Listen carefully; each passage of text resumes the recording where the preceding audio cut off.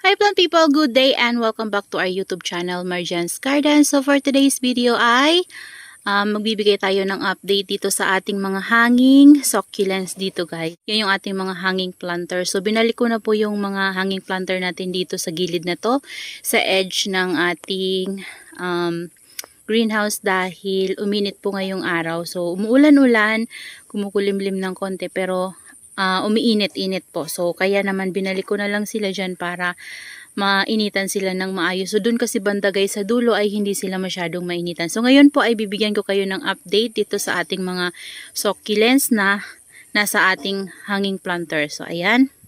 Pasok tayo sa loob. Nandito yung ating mga string of hearts, non-variegated and variegated string of hearts. Ito yung ating propagation ng string of tears. And ito yung ating mother plant. So, ngayon humahaba na naman siya. And ayan siya guys. So, yan. Iba yung color ng mga bago niyang palabas na string. Yan. Tapos ito yung Chocomonstone natin na namatay dahil sa kakaulan. Ayan. Nilabas ko na ulit. Tapos ito yung mother plant natin. Ayan. Tapos ito, variegated string of tears na kumunti na lang dahil nasira ng ulan. Tapos nakaraan naman ay sobrang natuyuan to guys at hindi ko napansin. Tapos ito yung ating Mendozae na nasira din dito guys banda. Pero ngayon okay naman na siya guys. And ayan siya. Yan, iniingatan ko to guys para mapalago ko talaga siya. Kasi gusto ko tong maghang dito sa planter na to. Yan, sa hanging planter natin. And this one naman guys, ito yung RC natin na dati 'di ba napakakapal nito. So ginawa ko, kinat ko siya. So ayan siya guys. So ngayon, marami tayong nabuhay na mga leaf propagation diyan. Ayan. So as you can see, maraming buhay na babies dyan sa mga gilid-gilid niya. Yan po ay mga galing sa mga leaves niya na hinulog ko dyan after kong mag-cut. And then, nagkaroon din ng mga babies yung ating mga pinagkatan. So, napakarami niyang binigay na babies. And ito yung ating Ellen. And this one naman, ito yung RC na kinuha ko dun guys. So, nagkakaroon siya ng problema itong isang to. Oh. Ayan o. Dahil sa ulan nga guys. Ulan-init na naman dito ngayon. Yan, nakaraan sobrang ulan pero ngayon init ulan. Yan. So nagkakaroon siya ng stem rot. Ayan guys, so nagkakaroon siya ng stem rot. Pero tumaba to guys, so ayan, tumaba siya. Ito yung galing dun sa kinat natin na RC. So ayan. Mamaya i-check ko yan kung kaya pa bang i-save.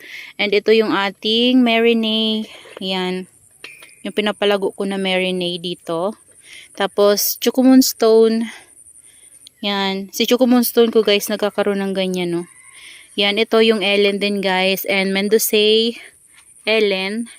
Tapos, ito yung Ellen na nakalbo dun banda. Yan yung nasobrahan ng ulan talaga. Yan yung naapektuhan ng ulan. Ayan, meron pa dito. Nangitim sila guys. So, ayan. Ito naman pala guys. Request po pala ni Ma'am Mary Jane Ramos. So, shout out po kay Ma'am Mary Jane Ramos. So, hi ma'am. Ito po yung request mo. Ito po yung ating jelly beans na kinuha na ng cuttings. Ayan. So, ito na po yung mga nakat natin. Ayan. Matataas na po siya and di siya stress kasi nga palagi ditong maulan. And ito, tinago ko to sa greenhouse kasi itong dito mga pinagkata natin ay na stem rot. Dahil sa sobrang ulan na din. Ayan siya. So, yan na lang yung nagkaroon ng mga baby sa mga pinagkatan natin. Yan yung natira kasi yung iba na stem rot dahil sa ulan. Yan, hindi ko agad siya guys napasok sa loob. And, dito naman banda, ito yung ating variegated Luella. Ayan guys, naging mother plant na siya. Napakarami niyang baby sa stem. Ayan, ito na stem rot. Yun na stem rot din, oh. Ayan, buti naman nabuhay siya. Ayan, dito meron tayong variegated marinade. Ayan. Yung ating variegated marinade. So, nilagyan ko rin siya dyan ng mga marinade na non-variegated. And kinuhanan ko siya ng mga leaves kanina. O pinaglalaglag ko dyan. And then this one naman, nilagay ko dito yung ating Monroe.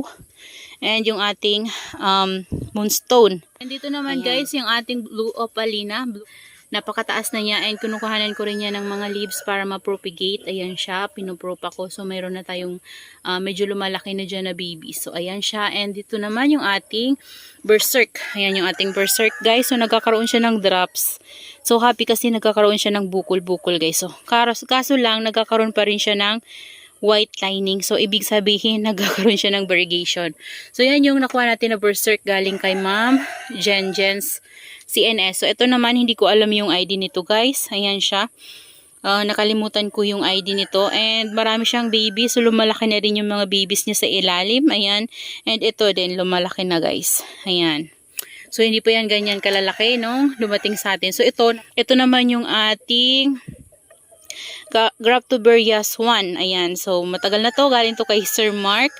And, nagkaroon kasi to guys ng fungus. So, inisprayan ko to ng fungicide. And ngayon, nagkakaroon na siya ng bagong growth. And, nagkaroon siya ng baby sa ilalim. Ayan siya. And, stress din siya ngayon guys. So, nagpipink yung tips niya. Ayan. So, kaka-recover lang din niya. So, ito naman yung ating ebony. Ayan guys. So, tingnan nyo ang pangit na ni ebony ko. Dehydrated. Ayan siya. Tuyo siguro to guys kasi napakagaan niya. Yan, yung ating ebony. Na-stress siya kasi kulubot yung leaves niya. So, dito naman banda, ito yung ating, so, ayan guys, nakalimutan ko yung name nito. Ayan, nasa dulo ng dila ko pero hindi ko masabi. Ayan, nagpo-purple po ito and purplish po yung kanyang leaves ngayon. Ayan siya. Ayan, so lumalaki na din siya. Ayan, tapos ito yung ating, pink opalina ata ito guys. Parang ito yung pink opalina ko na kinat ko before. Tapos, naging attenuated siya. So, ngayon guys, dahil naglagay tayo ng chicken manure, naging butchog yung mga leaves niya. Ayan. So, ginawa ko, dahil nga attenuated siya, so ginawa ko, tinanggal ko yung mga leaves para maipropa. Kasi, meron akong tinanggal na isang leaves dyan guys, and nagiging successful yung kanyang tubo na baby sa kanyang leaves. So, ginawa ko, tinanggal ko na lang. Tapos, nilagay ko lang din dyan para ma-propagate natin. So, ang tataba kasi guys ng leaves niya, simula nung maglagay tayo ng chicken manure. Ayan. And ito, yung ating, Swan Lake na, ewan ko, lumiit. Tapos, ito, medyo lumaki na to guys. And, na naman yung leaves niya nung kakaulan, na overwater ko siya. Diniligan ko kasi ito guys ng full soak. So, yung mga leaves dyan. Nangitim. Ayan. Tapos dito naman banda yung ating green smile. Ayan guys, yung ating green smile. So, nabigyan ko na to ng care tips sa inyo before. So, ito yung ating green smile. Ayan siya guys. Ang ganda niya oh. Ayan. So, ngayon po, hindi ko na sila nilalagyan ng net. Simula nung painit, palaging maulan, tas ngayon yung bumabalik-balik yung init, kahit sobrang sakit hindi ko na po binabalik yung net para masanay sila sa init. Ayan, ito yung ating peach candy. Ayan siya guys, ang ganda talaga guys ni peach candy kapag na-stress. Ganyan siya pag stress oh. Ayan, super ganda. Ayan, and marami tayong mga leaf propagation, so mapapadami natin yan guys kapag lumaki yung mga leaf propagation. Kakapal yan. So ito naman, ito, lumiliit siya. Na-fungus kasi ito guys before. So, nisprayan ko siya ng fungicide. And ngayon, okay naman na siya yung mga bagong growth sa kanya. Kaso lang lumiliit kasi napakaraming baby sa ilalim guys. Ayan o. Ayan. Siya si Horizon. Ayan. And next natin, ito yung ating Pinwell Revolution. So, ayan guys, yung ating pinwell, napakaraming baby sa ilalim. So, ito yung binagbabalakan ko before na i-top cut. Kaso lang, hindi ko na tinop cut. Naglagay na lang ako ng chicken manure. Ayan. Tapos, nung naglagay ako ng chicken manure guys, after ilang beses ko siyang madilig, yan, nagkaroon ng lumaki yung mga babies niya and medyo lumalaki-laki na din ulit yung rosette niya. So, hindi na to guys masyadong lalaki yung rosette ng mother plant kasi napakaraming baby sa ilalim. So, ayan siya oh. May mga crested na naman ata yan dyan sa ilalim. Tapos, maraming mga babies na pwede nating i-separate kapag lumaki na. Ayan. So, soon, hindi ko alam kung anong gagawin ko sa kanya kapag lumaki yung mga babies niya. Siguro i-separate ko or hayaan ko na lang. So, ito naman yung ating Madiba drops na ngayon ay hindi na drops. Ayan siya guys. So, ito yung twin head before na Madiba drops. So, ito kasi hindi pa to masyadong lumalabas yung drops niya. So, yung katabi niya, kasi twin head nga siya, yung katabi niya, yun yung may drops. So, ginawa ko, pinaghiwalay ko para maganda yung tubo ng rosette nila. Kaso lang guys, nawala na talaga yung drops nila. Ayan, kahit yung katabi niya guys na may drops, wala na din talagang drops. Ayan, kahit na yung malaki natin na may drops, wala na ding drops. Yan, dahil nga, kailangan talaga nila ng strong sunlight para mapalabas natin yung mga drops ng kanilang leaves. Ayan. Pero stress siya guys. So, and lumaki na talaga siya sa atin. So, ito naman yung ating cream tea na single head before. So, naging 2 head siya. And niripat natin dito sa pot na to. So, ayan na siya guys. Medyo stress yung nandito banda. Ayan. May tubig kasi diniligan ko yan kahapon. And ayan no. Ayan. Nagpipink-pink. Hindi ko lang kung nakikita nyo ba sa camera, pero nagpipink-pink po yung mga tips ng kanyang leaves and mafarina siya sa gitna. Ayan. So dito ko nilagay yung ating sorro. Ayan. Kasi ito, nagkaroon siya ng fungus. So nasprayan ko naman na din siya guys ng fungicide and okay naman din naman siya guys. Oh, ayan. Sa panibagong tumutubo na leaves niya. So mamaya papakita ko sa inyo guys yung galing dito na succulent. So yun guys, si bluebird. So mamaya papakita ko sa inyo. Kasi kakalipat ko lang nito dito kanina. So ito naman yung isa nating madiba drops. Ito guys yung katabi nito oh. Ayan. So kung makikita nyo, ayan yung drops niya, diba? So dahil nga twin head sila, ito yung may drops.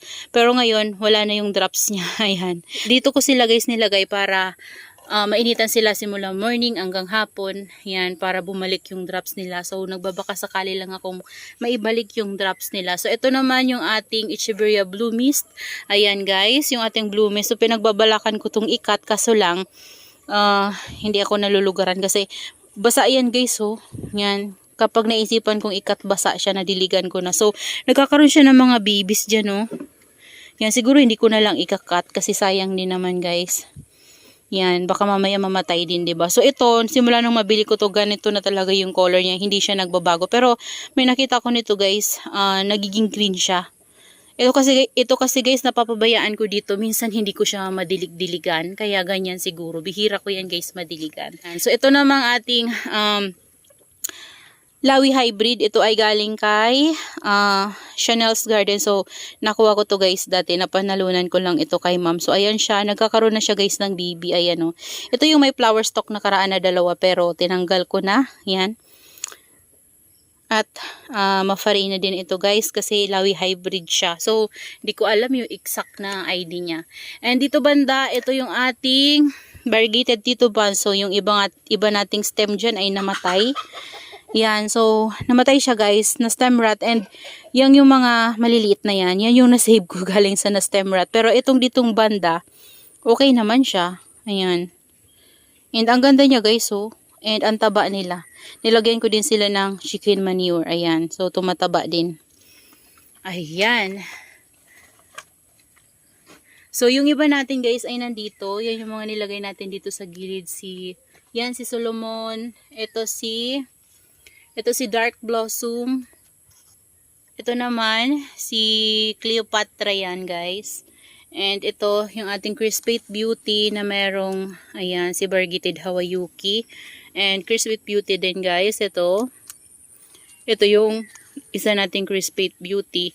And ito yung ating tinapkat na madiba. Ayan.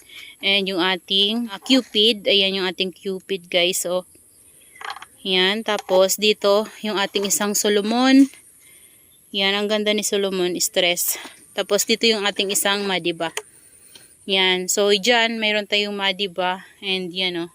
So ito guys yung nilagay na, ito guys yung ating bluebird na galing dun sa pinaglagyan natin ng sorro. So, yun kasi, si sorro kasi guys, kakaiba siya dito. So, gusto ko yung mga nandito lahat rosette type.